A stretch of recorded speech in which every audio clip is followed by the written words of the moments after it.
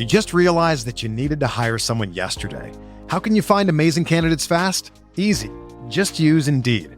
When it comes to hiring, Indeed is all you need. Stop struggling to get your job posts seen on other job sites. Indeed sponsored jobs help you stand out and hire fast. With sponsored jobs, your post jumps to the top of the page for your relevant candidates so you can reach the people that you want faster. And it makes a huge difference. According to Indeed data, sponsored jobs posted directly on Indeed have 45% more applications than non-sponsored jobs. Plus, with Indeed sponsored jobs, there's no monthly subscriptions, no long-term contracts, and you only pay for results. How fast is Indeed? Well, in the minute I've been talking to you, 23 hires were made on Indeed, according to Indeed data worldwide. There's no need to wait any longer. Speed up your hiring right now with Indeed. And listeners of this show will get a $75 sponsored job credit to get your jobs more visibility at Indeed.com/BWN. Just go to Indeed.com/BWN right now and support our show by saying that you heard about Indeed on this podcast. Indeed.com/BWN. Terms and conditions apply. Hiring? Indeed is all you need.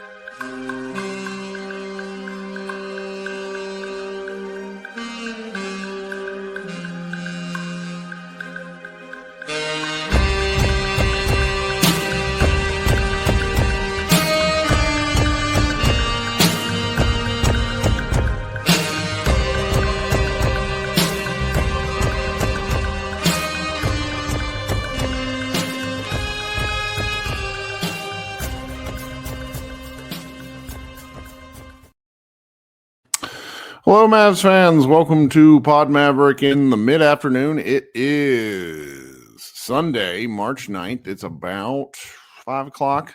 The Dallas Mavericks just played an ABC nationally televised game against the Phoenix Suns, where they fell 125 to 116.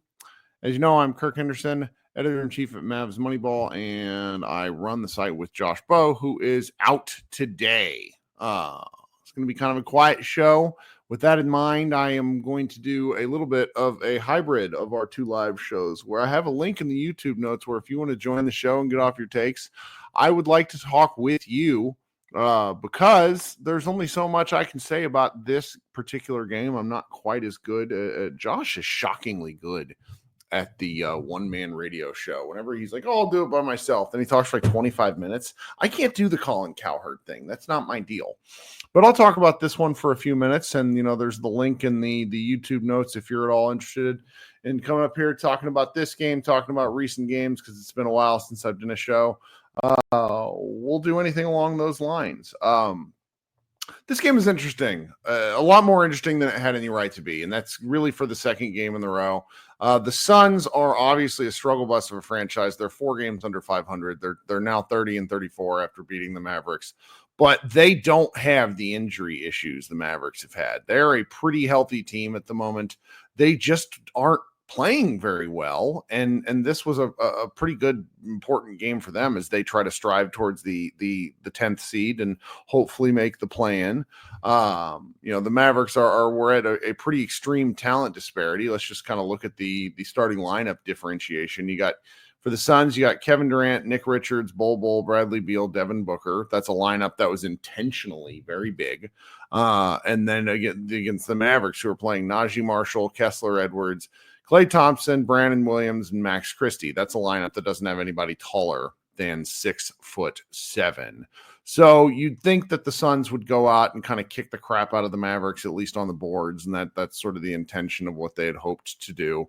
And they did so tonight. You know, it was a plus 14 in the rebounding margins for the Suns. That's not really to be that's not really something to be upset about. It's just sort of built in terms of what the Suns' game plan was. They touched the paint a lot more as well. Trying to find the paint points here. See if I can go click into the NBA box score. NBA box score. It's funny. Everybody uses the same feed for stats, but what the different websites choose to show is always very different to me. The NBA one ends up having a lot of stuff, you know.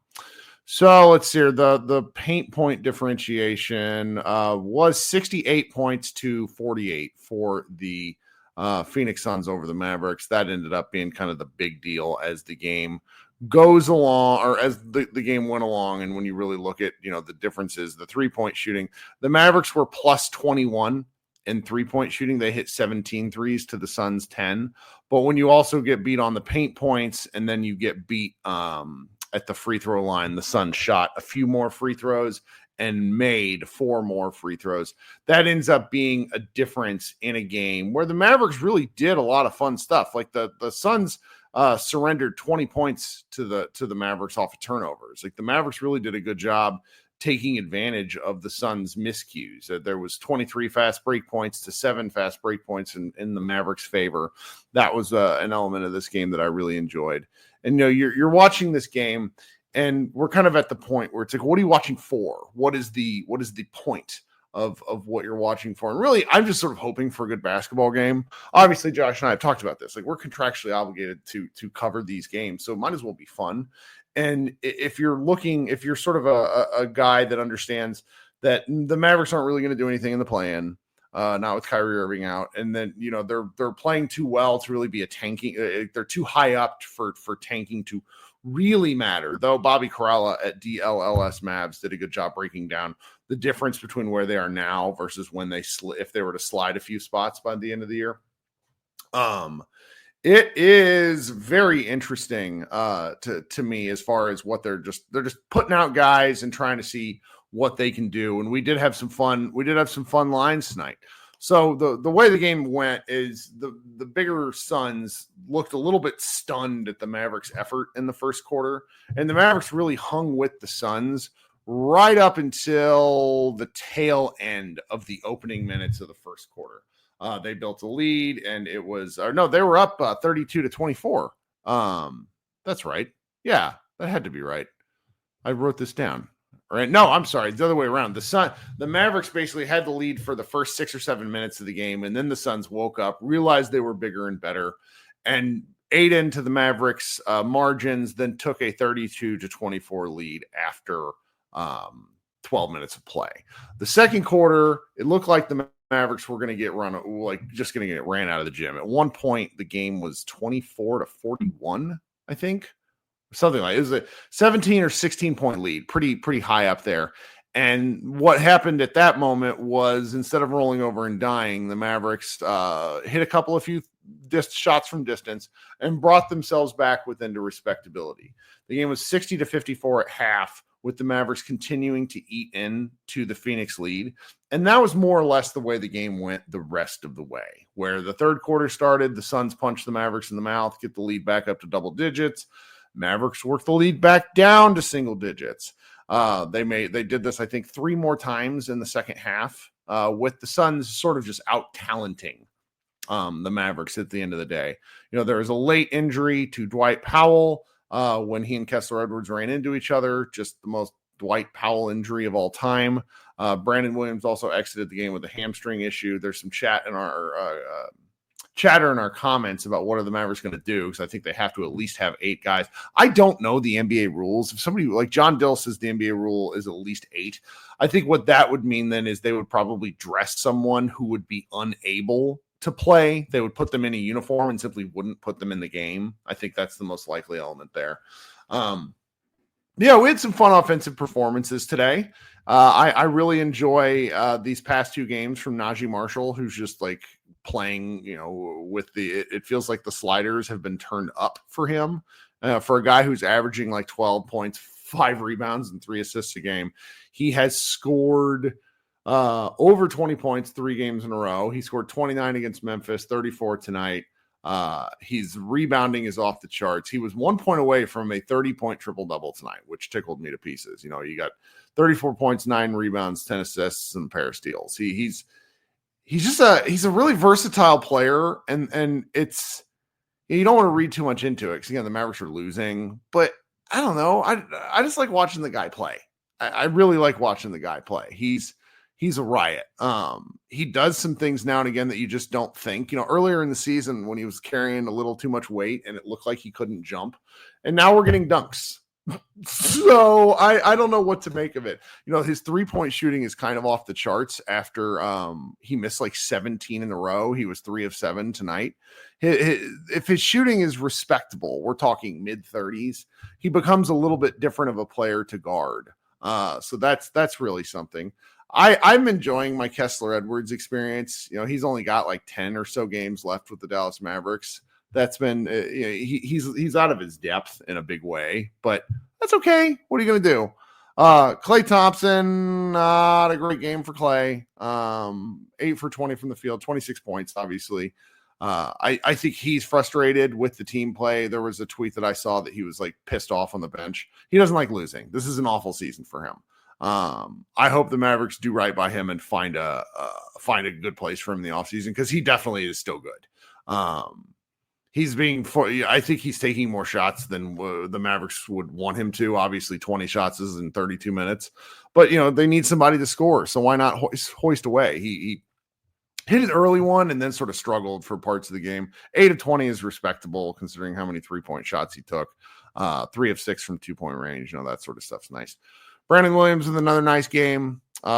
Max Christie, you know, they're just playing that guy into the ground. 37 minutes, 12 points. Didn't really do a lot otherwise. I don't want to overreact to anything in relation to his game. Is kind of where I am. You know, there's obviously going to be a lot of KD adjacent chatter when you play the Suns. There was at least one clip of KD and Kidd doing this shit where they talk to each other with their mouths covered over their hands. So that's always fun to read into. Really enjoy that one. We got a really cool Caleb Martin layup. That was fun. And then the lineup, what is it? No, somebody on the roster or somebody on the broadcast referred to him as Caleb Williams multiple times. That I got a kick out of me. But that's really all there kind of is from this game. You know, the Mavericks hung around because the shot variance is working out in their favor right now. They hit, you know, 17 of 42 from 3 compared to 10 of 28 for the Suns. And that difference is why these games are close. If the Mavericks aren't able to hit 40% of their threes, they're going to get ran off the floor. That's just sort of the nature of this lineup. And so we're getting to some of the other things that are happening with the team, and I'm very curious as to what the actual rules are.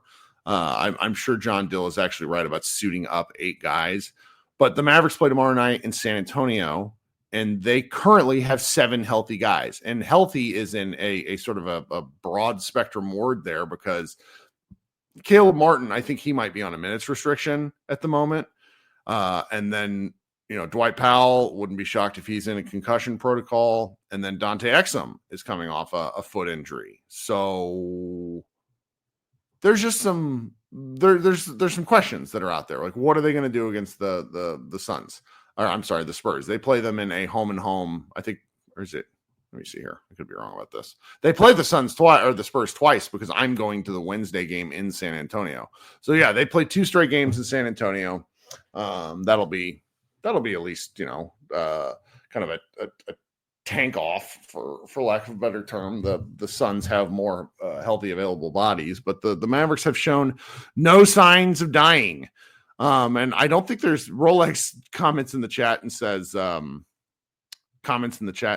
that they should forfeit. I don't think there's been a forfeit in a very, very, very long time. Well, guys, that's about all I got. So I posted the link in the chat. I'm going to post it again. If there's anybody that's got takes and they want to get those off, go ahead and join the show here and let me know what you're thinking. Otherwise, we'll just kind of close up for the night, and Josh and I will be back on Monday night, which is tomorrow night. I'm assuming he'll be back tomorrow night. Maybe it'll be just me again. And we'll go from here. I mean, this is really the dog days of the season for the Mavericks. The only thing they have to, quote, play for, in my opinion, is their lottery adjacent pick. It's hard to take too much away from anybody other than, I think, like Max Christie. If I was to really look at the available players, Max Christie is like the only guy I would really assume is on this team next year. Like every, that's currently playable. You go through the Najee Marshall, Edwards, Klay Thompson, Brandon Williams, Caleb Martin, Dwight Powell, Spencer Dinwiddie, Dante Exum. Like, out of those guys, do you really think anybody else is for sure coming back? I don't know. It's kind of bleak.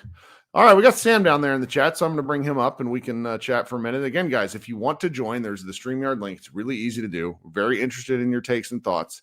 I've not done this in a while, but it's early. My wife's at the grocery store with the kids, so we can do this and hang out for a little bit. I probably got another 15, 20 minutes, and then we'll go. Sam, what's happening? Hey, Kirk, do you hear me? Mm-hmm. All right. Good to hear from you. Yeah, I mean, there's really, like you said, there's really nothing to take from this game. I mean, it is what it is at this point. Like, as I was saying in the playback stream, it's kind of hard to just, ever since the Luka trade, there was kind of moments where you said, okay, you know what, it's happened now. There's nothing I can do about it. Let me just get over it and, just hope the Mavs do good. But at this point, it's like every time I watch the Mavs and then every time I watch Luka, it's just like, we literally gave this up. It's just maddening. It's to the point now where I'm like, I want the players to do well, but at the same time, I want the organization to fail just for their stupidity. So it's kind of like, damn, because if the players win, essentially the organization wins. So it's kind of like a catch-all, catch 1, 2, 1, 2. Can't really be happy either way. So at this point, actually, I had tickets to the Grizzlies game on Friday, and I sold them. Oh, wow. Yeah, I didn't want to go at that point because I didn't care. And in my lifetime, I'm only 36. I'm not like old, but in my lifetime as a Mavs fan, this is like, even with all the tanking, the bad years with Anna Dirk's career, this is like the worst possible timeline possible. Well, I mean, that's where it's like, in doing what we do here, you sort of have to have two conflicting thoughts in your head, because you know what the Mavericks should do, and then you know what the Mavericks will do. And what the Mavericks will do is hold on to AD well past the point of him being he's going to be a good player until he retires. He's just a very good basketball player. But the value of AD drops with every passing day, because you're less likely to get something in return should you trade him. It also depends on how injured Kyrie Irving is. So if Kyrie has to miss, I just think for a basketball player, I think a full year is a fair expectation for a player until he returns to the court. Until a guy is himself, I think 18 months is a much more valuable, or is a much more like realistic timetable. I wouldn't put anything past Kyrie Irving. He's a very, very hard worker, talented guy. But they're probably going to keep AD. They'll, depending on what Kyrie does, I expect Kyrie to be a Maverick next year, obviously. But then by the time next year is up, that's the 2025-26 season. That's the last pick that they have. And then the 2027 is owed to Charlotte unless it's top 1 or 2.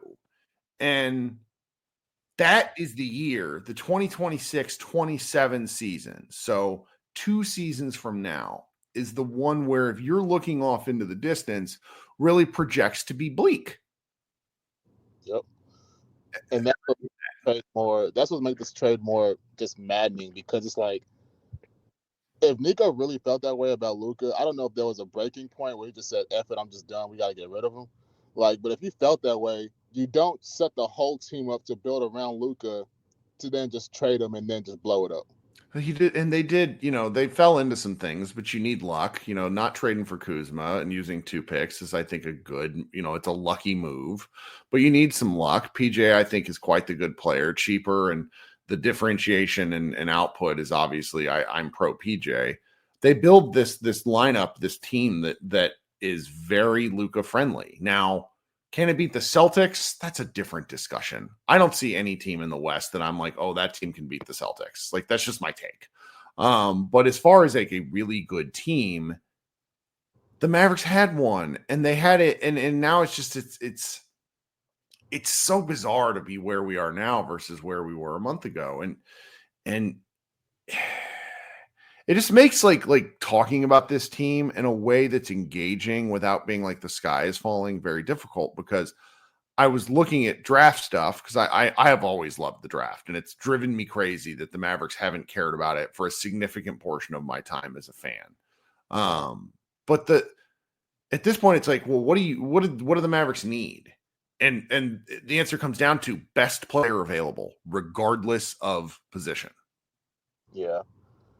Do you subscribe to the fact that if the Mavericks, let's say if they got beat by the Clippers in the first round last year, do you think they would have traded Luka in the offseason?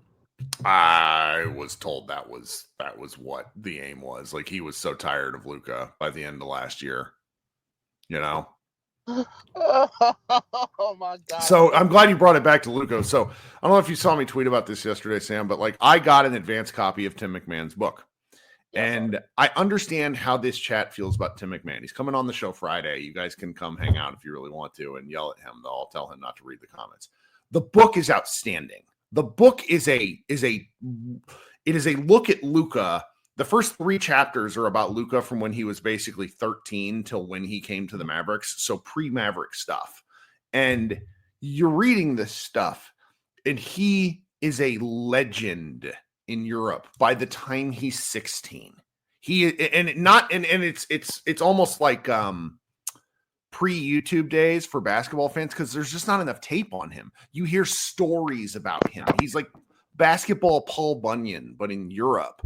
And I'm only like 100 pages into it, and every page, and I'm just going to tell Tim this, like, I'm having a hard time with this book because it's like, how in the fuck did they decide to trade this guy? It gets more crazy the further we get away from it, instead of like, oh, okay, well, I guess there's something. I don't know. I don't know, man. And I'll end with this because I don't want to keep you. I know you got your Sunday to enjoy. But it's just ironic that, you know, we live in a time now where you look at even the Dallas Stars, for instance. I'm not like a hockey guy, but I'm a casual watcher. And you see what their GM is doing, how they making big moves and trying to win the Stanley Cup. And it's just like, and the Rangers, you know, they won the World Series a couple years ago by making big moves, and they're trying to develop and, you know, not think about just now. They're trying to think about the future as well. And now you have the Mavericks, where they were literally like, oh, they were the model franchise as far as, hey, they're going for it. They're setting up the team for now and in the future. You have Luka for a decade at least. Of, you know, when you have that guy, you're in the mix no matter what. You're in the mix. When you have LeBron in Cleveland, you're in the mix no matter what. Now you give them up for, if you're lucky, 2 or 3 years of AD and Kyrie, and now at least 1, if not 2 of those years are probably gone. Yeah. And now you're like, now where you're at in the West, where teams are getting better. OKC's going to get better. You would think Houston's going to get better. You know, it's just like, you're just one of those teams where, okay, you might win if you're lucky 44, 45 games. You might be a 7 seed or 6 seed and get knocked down in the first round. And then after that, you don't have your draft pick for the next 4 years, and you're stuck. And Neil's probably going to be gone at that point. Like, I'm convinced if the Lakers win the championship this year and Luka somehow wins MVP, he should get fired. That's my take too. It won't happen, but it won't happen. But you're just stuck now, and he's not going to care because he's, you know, 3 or 4 years and, hey, we're going to be buried, you know. It's just, I don't want to think about it no more, because this team, I want to watch just because I'm still a Mavs fan, so it's not like I don't care. But it's just every time you watch, and then especially when the Lakers play, it's just like, damn, this is where we're at. But I'll let you go on, man. You have a good day. You too, buddy. All right, Sam's the only one who wanted to join. Don't really blame anybody else for not wanting. It's not really there. Maybe try to do this tomorrow night too. I don't know if Josh will be healthy. So, oh, hey, we got Ian. Ian wants to join. Ian, what's going on, man? Yo, can you hear me? I can. You sound fantastic, actually. How you doing? Not too bad. Yeah, I just jumped in last second there. This is one of those rare early games. I'm calling in from Ireland at the moment. So this is one of those very rare early games. I would say, I was going to say first time caller, long time listener. I'm really more of like a on and off listener over the years. I'm not really like hardcore into the podcast and stuff usually, but I guess it's more as well when things are going well. I guess I tune in a bit more. I'm one of those as well. So happy to have you. I'm glad you listen even now and again. That's all I can ask. Yeah, I think more so as well. Like a Twitter watcher of like some of you guys as well. I love like even when it's miserable, when it's good. I've always been like on top of that. I enjoy that, and I've really enjoyed that over. I'm kind of following for like really since the Luka stuff started. I'm not a lifelong basketball fan or anything either. really since the Luke era started, I got into it. Sure. But no, it's been a lot of fun over the years. I'm also in the kind of morning. I guess it's been like a month now, so it doesn't really feel like it, but it's been a very weird long month. I was actually on like a really nice little like break from work and like a mini holiday in a part of Ireland when like the trade happened overnight. And it was just like the weirdest thing ever, waking up to the news, and I had so many messages from people and everything. But like you've heard this stuff from like a million people by now, all the different experiences. Well, it was, had this. I held a 4-hour long live show because the news essentially broke at 11. And so what made the 4 in the morning Texas time, what made the trade amazing was people across the world waking up to it and then joining the show. And it's like, I think we probably had people across 12 different time zones over the 4 hours. Where we're unlikely to experience anything quite like that in sports again, because it just doesn't happen. No, and like again, I'm someone that's, I guess I am aware of other like American sports and kind of the histories, and I've been hearing a lot of people trying to compare it to different things. I can tell you from someone that is more into like the European centric sports as well, like your soccer, football, whatever, even like just rugby, whatever other stuff that you get like, crazy transfers every now and again, but they feel like they don't happen like this. Like they're not in like the dead of night. It's like it's in the various papers and there's all kinds of rumors. Yeah, and then it happens. As well as generally, like I'm trying to think of some of the biggest football ones, and there's always knowledge and there's always rumors and it's always building up to it. Like I think the most crazy recent one is probably Mbappe going to Real Madrid, but that was like 2 or 3 years into like, this guy wants to go to Real Madrid, this guy's probably going to go to Real Madrid. Like, do they have the money to get him? It's like just like big thing. I think for me personally, I was a Manchester United fan, and like I kind of grew up watching Ronaldo when he was with, I don't know, hopefully you guys know enough about this to keep up with the references. No, I really enjoy. That's, to me, this is a silly thing, but a football match is like the ideal length for me to go to the gym and run or walk on the treadmill during, because it's like when it stops and when it ends. Like you can plan your day around the game. Versus American sports are horrible like this because they just kind of keep going.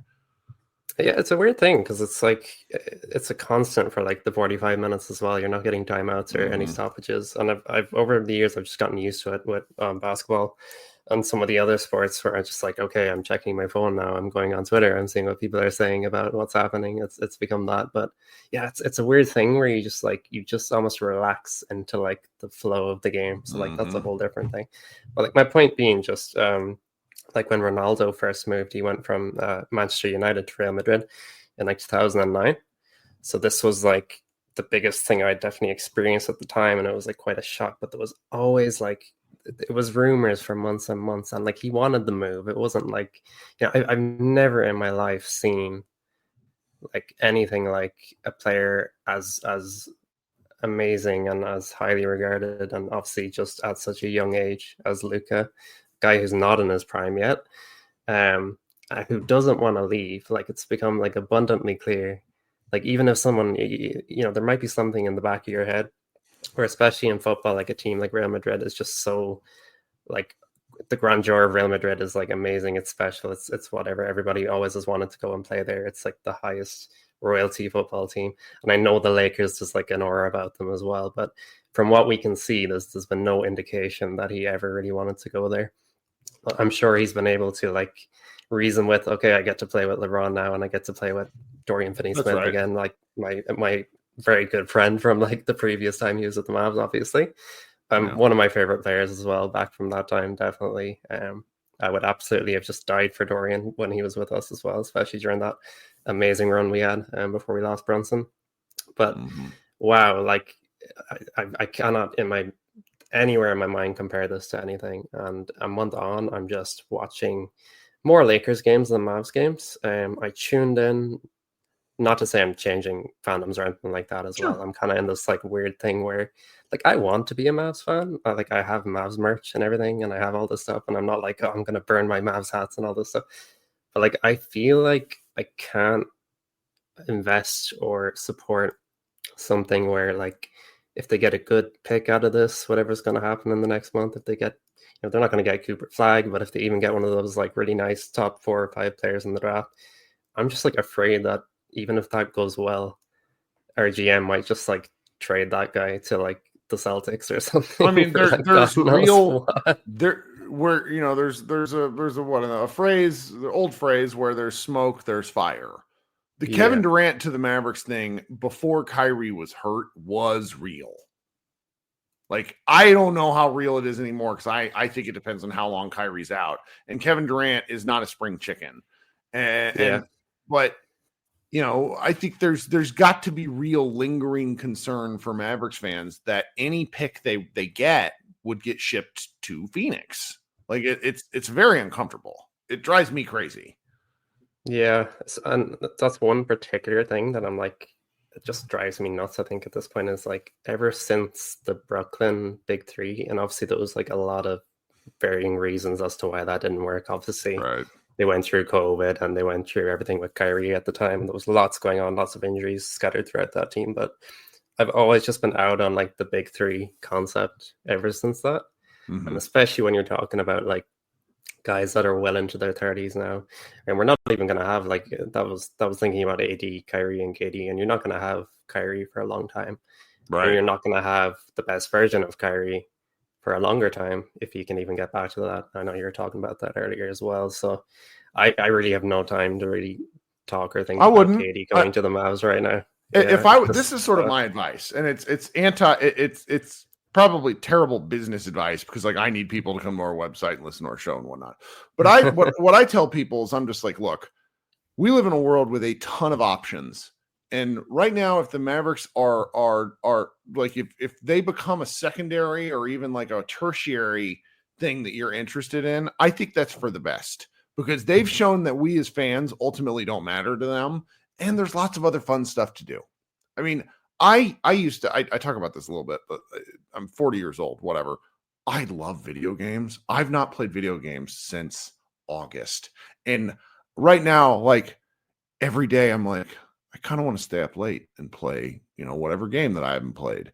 And I kind of advise, and that's what I'm telling people around here where I'm just like, look, you have lots of sports options. The Dallas Wings start up here again. If you have a basketball fix, but you don't want to watch the Mavericks, I get it.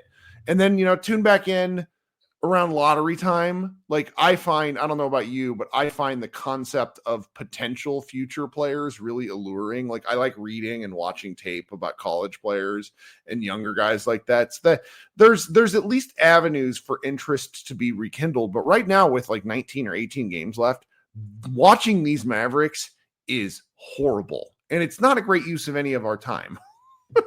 No, I agree with you. I think tonight, like, it's just the early time. Early game, right? Why not? Yeah. And I'm one of those people as well. I'm not going to start doing the like, I did all this stuff for my Mavs, but like I stayed up a lot of times throughout the years.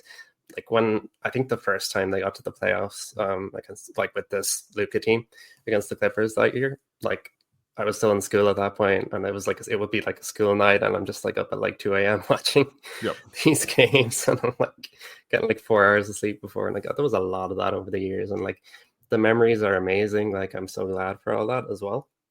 I'm so glad it did get to the point where we've seen everything progress to the point where they could make a finals run and everything. But yeah, just now it's exactly what you're saying. It's just like it's gonna become.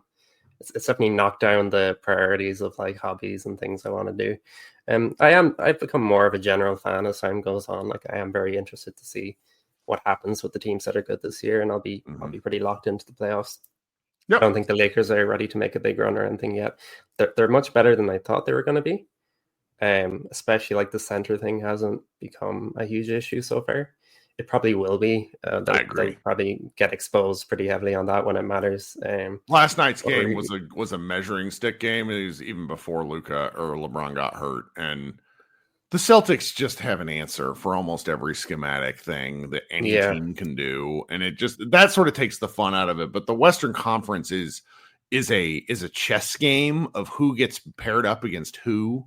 And I think the Thunder are obviously fantastic. But I also don't see what extra gear they can get to. Whereas other teams, you just see it in certain games where it's like, oh, they raised their game to this level, whereas the Thunder have been high. I don't know. There's a lot of fun stuff. The playoffs are always great. People complain about them, but they're fun. How did you think the Mavs Thunder matchup, if that happened, was going to go? God, before AD got hurt and Kyrie went down, that was sort of the optimal idea, right? That was the most that was probably the most, marquee, like, this is how we sell the Mavericks moving forward, where it's like, oh, look at these two guys. They're underdogs against the team of young players. Like, there's just a lot of angles to that. And considering that the injured Mavericks beat the Thunder 3 times, I just think it would have made for great theater. And that's really sometimes all you can hope for. Yeah, I'm still like, just even from last year, I'm still worried about how Kyrie can handle. Like, you need another creator, and you need somebody to help with just the gravity and everything there. Like, it's just, that was always going to be a hole in that team. Now, I was really asking you, like pre-trade, like this Luka team, while Luka was still on it, did you think that was going to go the same way it did last year? Did you think OKC had come along? Or before the I think the Clay trade is huge. I really do. Before the injury started piling up, I was waiting for this Mavericks team to become a rocket ship. They were 19-10 at Christmas and had Luka for probably half their wins.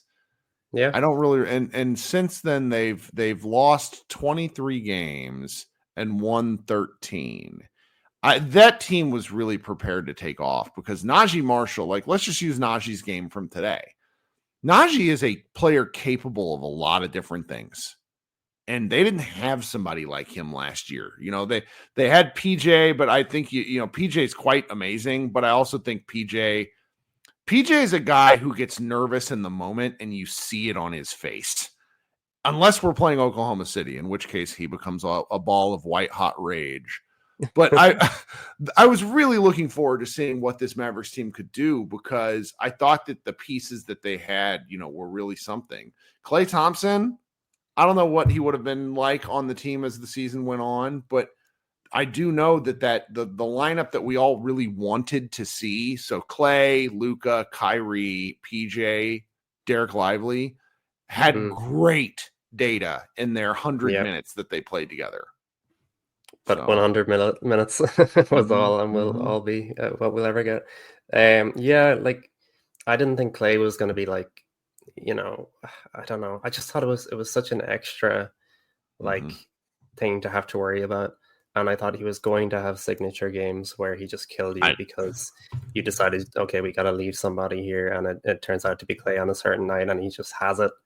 And a lot of those shots, like even the shots he makes now, even though it's so hard for him to get offense sometimes and obviously create his own, he struggles with that. But sometimes a ball will just fall to him, and it's such a like practice motion where you're just like he just kills the shot, and you're like, if he could just do this next to 2 generational creators beside him, like, he's gonna have so many nights, and we just never got to see it. And like he is whatever age he is and all that. And it's just, and I do feel bad for him. Like, his dad's probably giving him a lot of like, I'm sure I've seen a clip on a podcast of his dad, like, just kind of feeling bad for him, but I'm sure he was kind of going, I told you so a little bit, even though you could never predict what was going to happen there. But I do feel a little bit bad for him that way. I don't want to keep you here too long. I know that's good. This is a good conversation. Thank you for joining. Yeah, like, if there's ever, I'll probably keep my eye on things a little bit. If we get another early game sometime, I could hop on again. Sure. But obviously it's hard to be invested and very connected with the team now. Today I was really just like incredulously watching like more and more players get hurt and exit the game, and thinking like, can I just keep watching just to witness like a team go down to like 5 active players? We're like, it's gonna be a low-key news story for tomorrow. Like, what do the Mavericks do? Yes. Like, they're gonna have to dress someone and not play someone. If I thought like concussion protocol was gonna come into it, where they're just like not able to bring back those guys. I know Kessler came back with like, I don't know, he had his eye covered or something. I wasn't really watching at that point, but like, this is just, I don't know, just anymore. Crazy. Yeah. Well, thank you so much. This is good. We'll talk soon. Okay. Yeah, good to talk to you. All right, have a good night. All right. MJ's been waiting patiently. MJ, how you doing? Hey, doing great. Can you hear me okay? I can. You sound great. Welcome to the show. What do you have for us today? Oh my God, man. I've got so much. Did you see Caleb Martin? Did you see Caleb Martin try to make a shot? I'm like, what? We gave up Quentin Grimes for this dude who's got a hitch and a giddy up in his shot and his jump shot and had no chance of going in. So I'm like, my oh my Philadelphia Sixers friends were like, God. he's gonna upset you. Oh my God. Yeah, he already has. I mean, it's just, I mean, I could see defensively, he's a bigger guy, he's bigger, longer range, but, bigger range of defense and stuff. But man, offensively, and after Grimes scored, 44 points Right. for a team that's tanking. And then, mind you, because of this trade, they're basically locked. They got effed with a 10-day thing. They couldn't. I mean, the one guy they found, that Moses Brown, who was doing really, really good, they couldn't fucking keep him after 10 days because of this stupid trade. If they had just left things alone, and as well as like leaving Luka alone, but of course they didn't want to sign Luka for $300+ million for no apparent effing reason.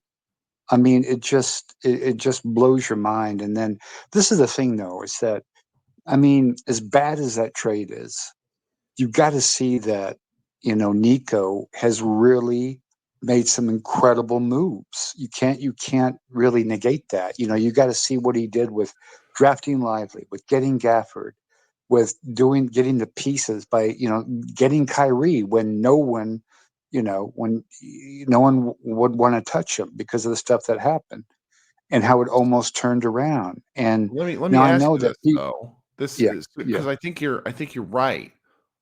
But doesn't the fact that he built a great team for Luka only to have, and we'll find out more and more as the years go on, but it really feels like he had his mind made up pretty early about moving Luka. Like, we're talking during the season last year before the finals run.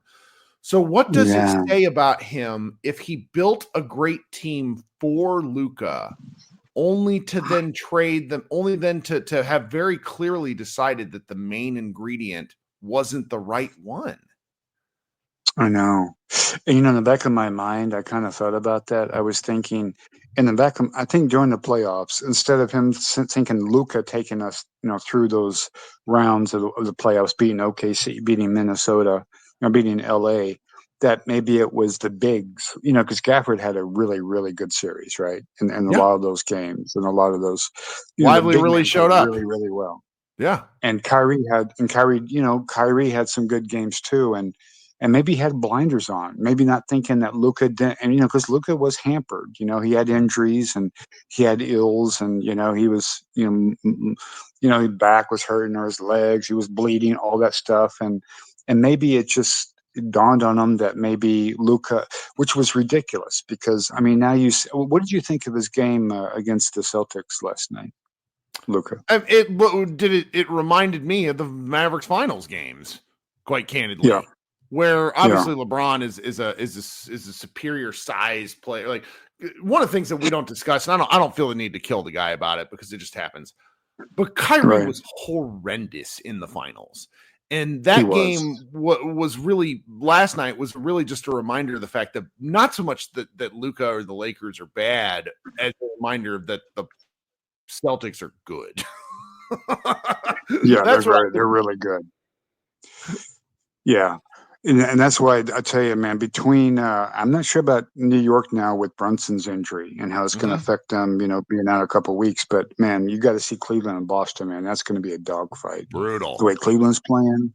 And but I look back and I'm trying to give, some kind of sense of, I'm trying to think of, like, because Nico, before this, catastrophe, this disaster, he was doing some really good things with putting pieces and this is the biggest thing, though, is that I think that people don't realize that Jason Kidd had a lot to do with this, because how the hell would Nico, now I know Nico's around it, but Jason Kidd is telling Nico all this stuff because Jason Kidd is around Luka day to day. Nico isn't around Luka day to day. That's why I think Luka can put 2 and 2 together and realize that Jason Kidd was basically ratted him out by doing this stuff, telling him whatever, giving him, not playing defense, not being in shape, not taking care of himself. Also, I kind of wonder if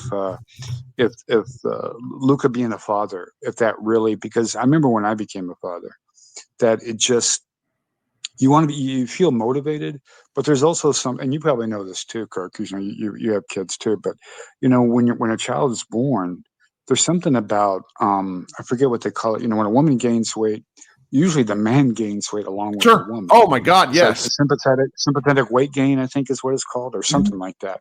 And I'm not saying that's what happened, but he's a young man, and I don't think he's married. I don't think he married his girlfriend. I think they're still not married, to my knowledge.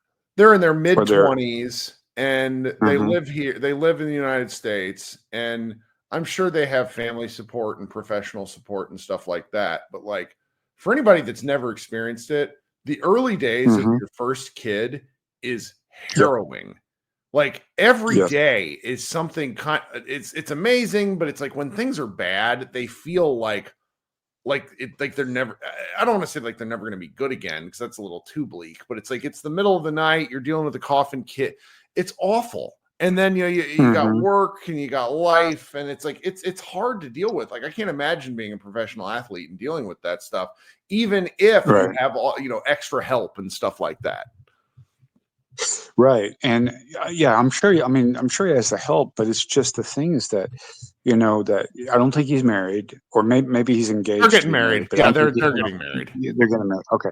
And so you got that, and then now this with the trade and how it affected them. And it's just to the point now where and then with Kyrie going down and all these injuries, I just really wonder, and I was telling people this, that, when the Cowboys when they won back-to-back Super Bowls, 92 and 93, I think the Mavericks were one of the worst teams in the NBA at that time. Yep. And I believe they drafted Kidd in 94 or 95 as a result of being one of the worst teams. And, and I hate to say it, but I'm wondering if now the Mavericks, it seems to be cyclical. The Mavericks, are okay or good, and then the Cowboys were trash. Now, if the Mavericks are trash, maybe the Cowboys can be somewhat respectable this year, with a new coach and stuff. I don't know, but it just it's so hard to watch, like you said, and what they did to the fan base. And I mean, Luka was must-see TV. I mean, there were years that I watched every freaking game.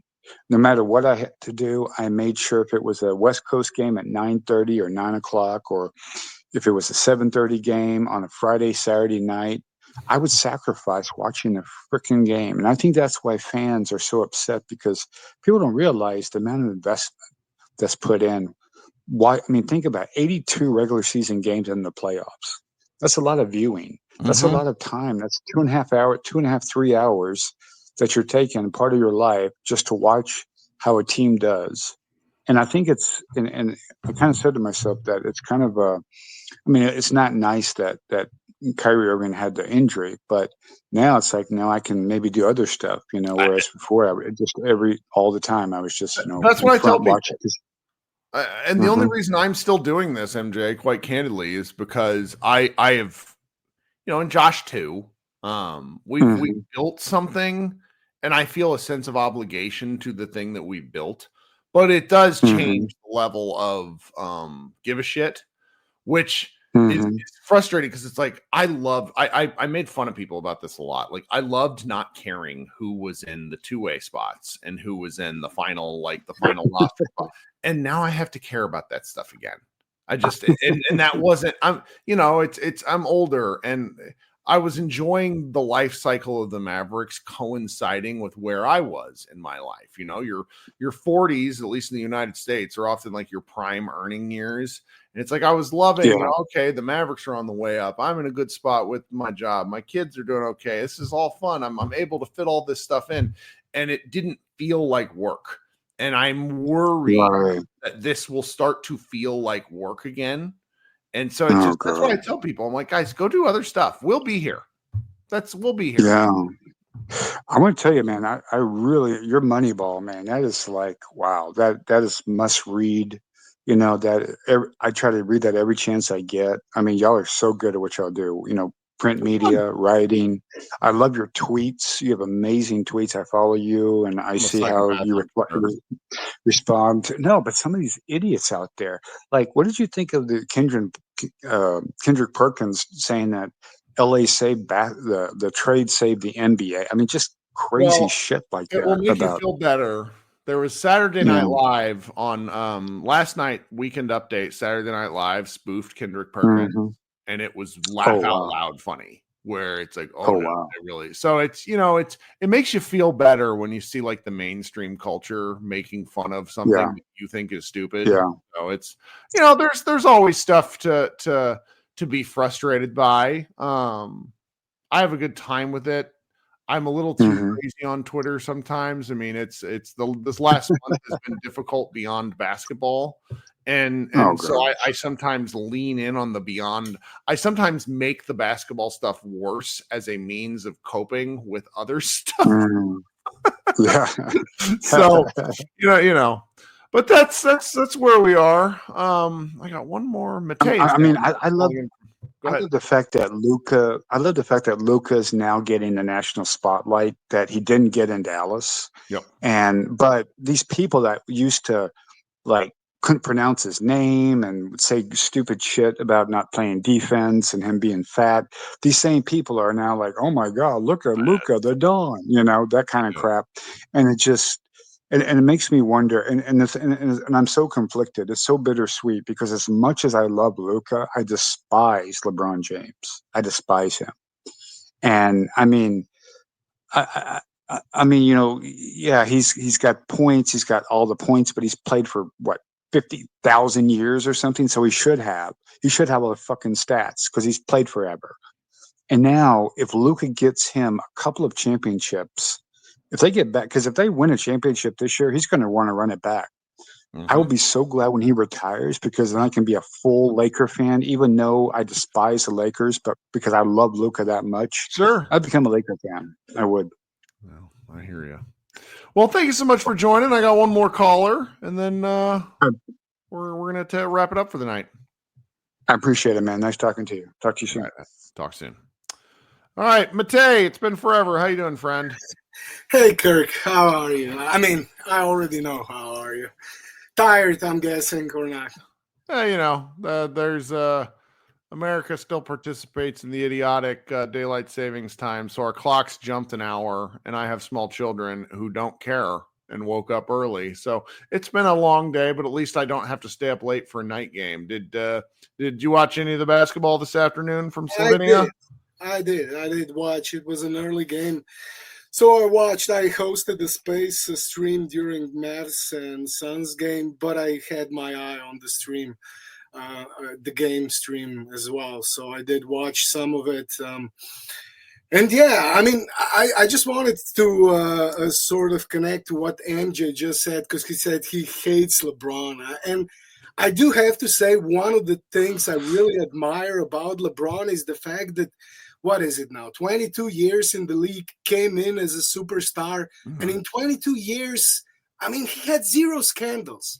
There's really, I mean, the decision, that's not a scandal. That's like he went to Miami. But really, I mean, seems to be a good family man, doesn't do any stupid stuff many other superstars in sports do.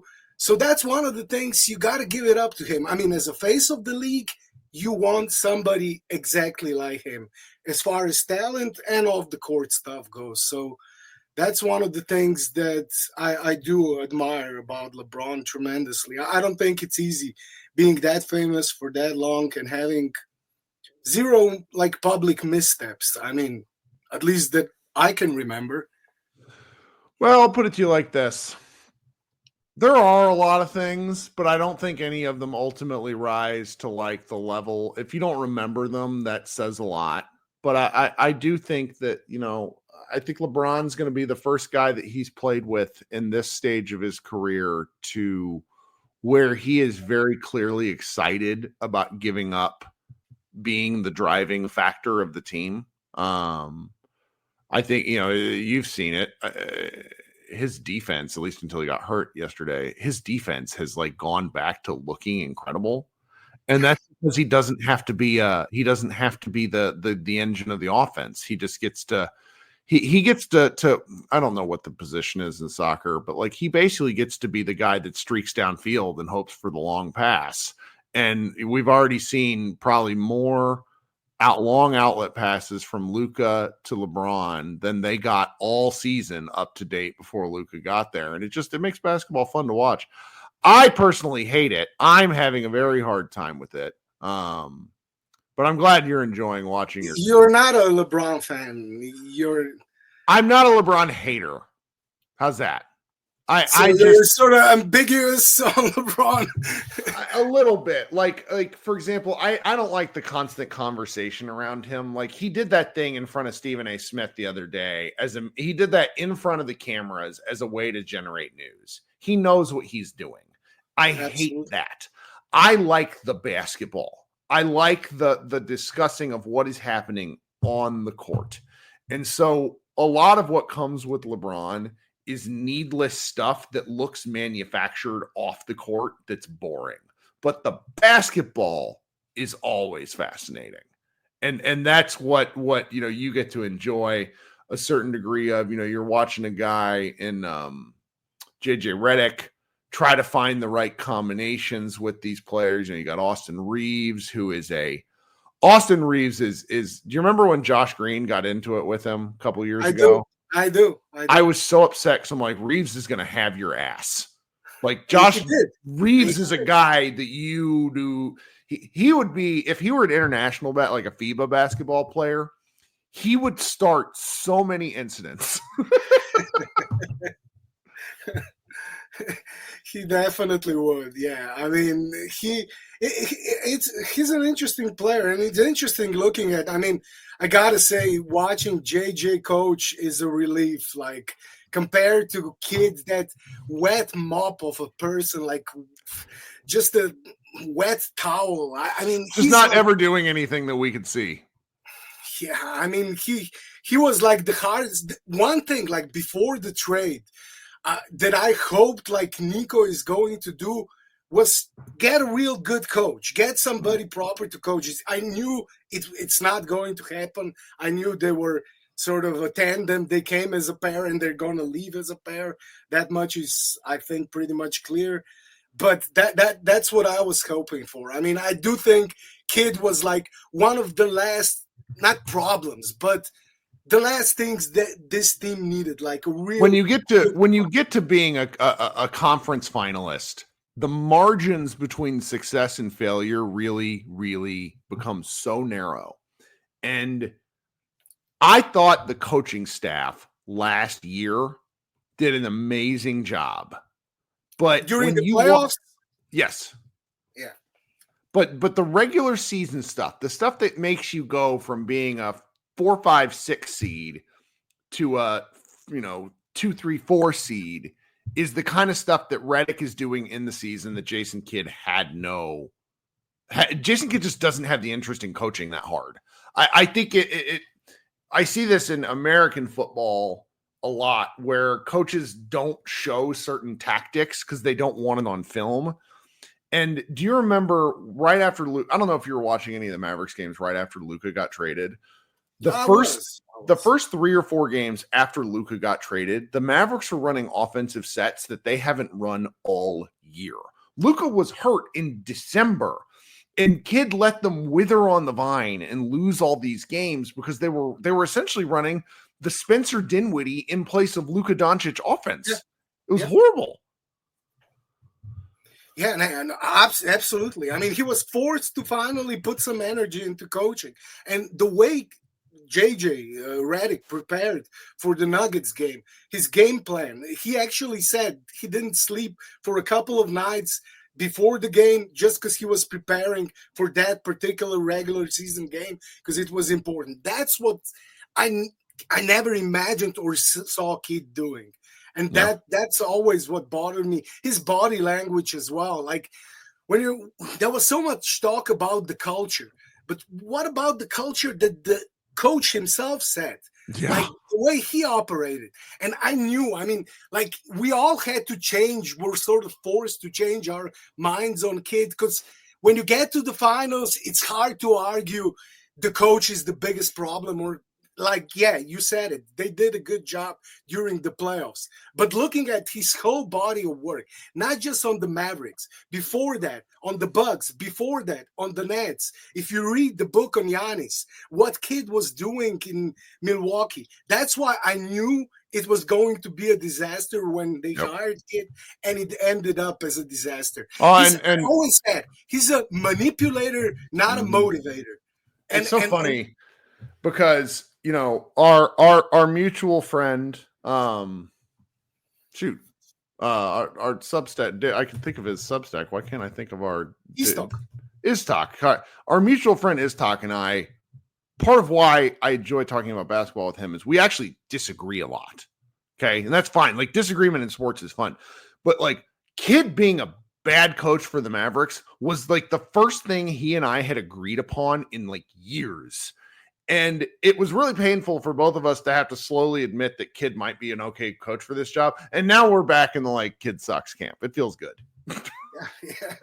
I mean, I think everybody's in that camp now. And I do hope, like, unfortunately, the misery, like nothing will change until the front office changes, until they get a new coach. Oh. And I really do hope they can reset and restart and get that stink of the whole thing that happened not completely over with, but at least try to sort of repair their public image. Because, I mean, I already said it.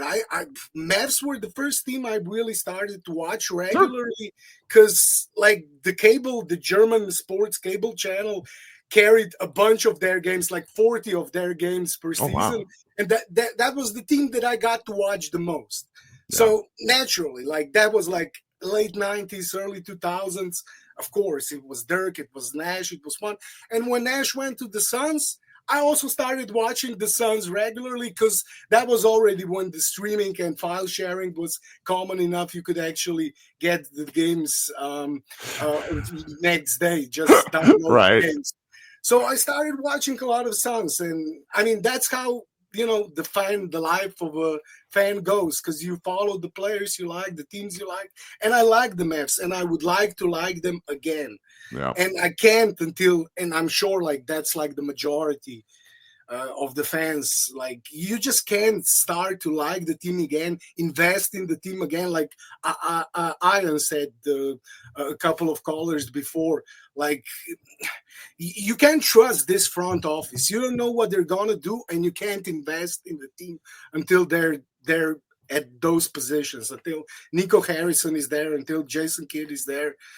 Unfortunately, the owners are who they are, and they can't be changed. But as long as they get capable people to run the team, they'll be able to repair, I think, to some extent, of course. Maybe completely never. That's also the saddest thing about about this whole trade. But at least to some extent, they can start fixing things. And I really, really hope, like, if that's the way they took, that's the direction the team is going right now, due to injuries, of course, as well. And if they're going to get a good draft pick, then it's necessary for that pick to be made by somebody else than Nico Harrison. And it's also tough because bringing a new front office right in front of before the draft is almost impossible. And I know it's not going to happen. No. But like I was listening, I'm sure you heard Bontemps rant on the Mavs, like, and I completely agreed. I mean, if you're doing your job, if you're really doing a GM's job, then you have to restart, rebuild. And of course, with the Mavs, it can't be with Nico Harrison. It's got to be a complete restart, reset from the beginning, and hope for a good pick. It's still hard for me to process the whole thing. It still feels like sort of an alternate reality I'm living in. Like 5 weeks ago, some glitch in the matrix caused like a split in the time stream. And we're living like in another time stream now because, yeah, it's beyond belief. Like that you actually, I mean, the expression is what? Shoot yourself in the foot, in your own foot. Yes. They literally blew themselves up. I mean, it's terrible.